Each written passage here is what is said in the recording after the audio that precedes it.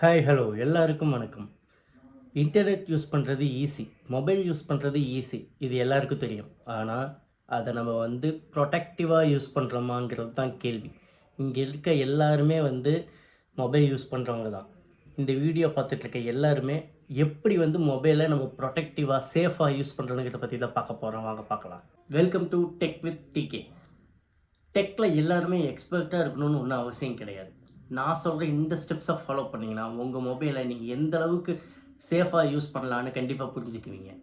Rule number 1, OTP.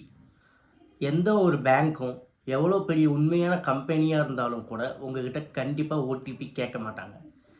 இது நிறைய பேருக்கு தெரியாது. இன்னமும் இந்த கிராமங்களில் நிறைய படிப்பறிவு இல்லாத மக்கள்லாம் மொபைலில் ஓடிபின்னு ஒன்று வந்ததுன்னா அது யாரை கேட்டாலும் உடனே சொல்லிடுறாங்க. அது மிகப்பெரிய ஆபத்து உங்களுக்கு. ஏன்னா யாருமே உங்கள்கிட்ட ஓடிபின்னு ஒன்று கேட்கவே மாட்டாங்க. நீங்கள் நிறைய வீடியோஸில் பார்த்துருப்பீங்க. இந்த மக்களில் முட்டாளாக்கிறதுக்குன்னு ஒரு சில பேர் இருப்பாங்க. அது எப்படின்னா, உங்கள் ஏடிஎம் கார்டில் இருக்கிற டிஜிட்ஸை சொல்லுங்கள், உங்கள் ஏடிஎம் கார்டு பின்னாடி இருக்கிற டிஜிட்ஸை சொல்லுங்கன்னு சொல்லுவாங்க. உங்களுக்கு ஒரு ஓடிபி வந்திருக்கும், அந்த ஓடிபியை சொல்லுங்கள், இப்படிலாம் சொல்லுவாங்க. இதையும் நிறைய படிக்காத சில மக்கள், பாமர மக்கள் இருப்பாங்க. அவங்களாம் அந்த ஓடிபியை அவசரப்பட்டு சொல்லி அவங்க பேங்க் அக்கௌண்ட்ஸில் இருக்கிற அமௌண்ட்டெல்லாம் இழந்துருவாங்க. இந்த மாதிரி தப்பை யாரும் செய்யாதீங்க. இது உங்கள் மொபைலை நீங்கள் சேஃபாக யூஸ் பண்ணுறதுக்கான rule number 1. Rule number 2, link.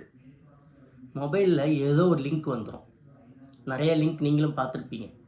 உங்கள் இடத்துல நாங்கள் டவர் வைக்க போகிறோம், இந்த லிங்க்கை கிளிக் பண்ணி நீங்கள் அமௌண்ட்டை வாங்கிக்கோங்க, உங்கள் இடத்துல நாங்கள் டவர் வைக்க போகிறோம், அப்படிலாம் ஒரு சில லிங்க் வரும். உங்களுக்கு கேஷ் ப்ரைஸ் மணி அடிச்சிருக்கு, 1 கோடி ரூபா ப்ரைஸ் அடிச்சிருக்கு, 10 லட்ச ரூபா ப்ரைஸ் அடிச்சிருக்கு, இந்த லிங்க்கை கிளிக் பண்ணிங்கன்னா நீங்கள் எதுவுமே கட்ட தேவையில்ல, உங்களுக்கு ப்ரைஸ் மணி வந்துடும் அப்படின்னு சொல்லி லிங்க்கை கிளிக் பண்ண சொல்லுவாங்க. இந்த மாதிரி ஏகப்பட்ட ஃப்ராடான லிங்க்கெல்லாம் அனுப்புறதுக்குன்னு சில பேர் இருக்கிறாங்க. அந்த மாதிரி எந்த ஒரு லிங்க்கையும் தயவு செய்து டச் பண்ணிக்காதீங்க உங்கள் மொபைல் மெசேஜில் வந்தால். அப்படி உங்களுக்கு லிங்க் வருமானா முன்கூட்டியே அறிவிப்பு கரெக்டான லிங்க்கை கொடுக்குறத மட்டும் டச் பண்ணுங்கள். அதனால் அவசரப்பட்டு இந்த லிங்க்குகளை தயவு செய்து டச் பண்ணி உங்களை நீங்களே அன்சேஃப் பண்ணிக்காதீங்க. இதுதான் rule number 2. Rule number 3, public wifi. இப்போ ஒய்ஃபை இல்லாத ஏரியாவே கிடையாது. ஏன் சொல்கிறேன்னா, இன்றைக்கி உலகத்தில் எல்லாமே இன்டர்நெட் மூலமாக தான் இயங்கிட்டுருக்கு. நார்மலாக மொபைல் இன்டர்நெட் யூஸ் பண்ணுறவங்கள விட ஒய்ஃபை யூஸ் பண்ணுறவங்க அதிகம். எந்த ஒரு கம்பெனி எடுத்தாலும், எந்த ஒரு பப்ளிக் பிளேஸ் எடுத்தாலும், ஏர்போர்ட்லேருந்து ரயில்வே ஸ்டேஷன்லேருந்து எல்லா இடத்துலையும் ஒய்ஃபை இருக்கும். ஆனால் அது ரியலான கரெக்டான ஒய்ஃபையா? இப்போ ஏர்போர்ட்னால் அங்கே கரெக்டான அந்த ஏர்போர்ட் ஒய்ஃபைல உங்களோட ஏர் டிக்கெட்டோ உங்கள் பாஸ்போர்ட் நம்பரோ கேட்டு அந்த ஒய்ஃபை கொடுத்துருப்பாங்க. அந்த மாதிரி சரியான ஒய்ஃபையை மட்டும் பப்ளிக்கில் யூஸ் பண்ணுங்கள். ஏன்னா அதுலேயும் கூட ஏகப்பட்ட ஃப்ராடு நடந்துகிட்ருக்குது. அந்த மாதிரி பப்ளிக் ஒய்ஃபையில் அவசரப்பட்டு ஏதோ ஒரு ஒய்ஃபை கிடைக்குது, இலவசமாக இன்டர்நெட் கிடைக்குதுன்னு சொல்லி நீங்கள் பாட்டுக்கு டச் பண்ணி உங்கள்கிட்ட இருக்கிற நிறைய விஷயத்தை அவங்க எடுக்கிற மாதிரி நீங்கள் பண்ணிடாதீங்க. இதில் பணத்தை மட்டும்தான் எடுப்பாங்கன்னு கிடையாது. உங்கள் கான்டாக்ட்ஸ்லேருந்து உங்கள் மொபைலில் இருக்கிற எல்லா டீட்டெயில்ஸையும் அழகாக தூக்கிடுவாங்க. அப்புறம் ஐயோ போச்சு அம்மா போச்சுனாலும் வராது. அதனால் இந்த பப்ளிக் ஒய்ஃபைலாம் யூஸ் பண்ணும்போது ரொம்ப கேர்ஃபுல்லாக யூஸ் பண்ணுங்கள். எல்லாமே இழந்துட்டு கஷ்டப்படாதீங்க. இதுதான் rule number 3. Rule number 4, password. அப்படி என்ன பாஸ்வேர்டு? பாஸ்வேர்டு தானே ரொம்ப இம்பார்ட்டண்ட். பாஸ்வேர்டு இருந்தால் யாராலையும் எதையும் எடுக்க முடியாது. சரி, அதெல்லாம் சரிதான். ஆனால் எல்லாத்துக்கும் ஒரே மாதிரி பாஸ்வேர்டு கொடுத்தீங்கன்னா ஒரு பாஸ்வேர்டு தெரிஞ்சாலும் மொத்தத்தையும் எடுத்துருவாங்க.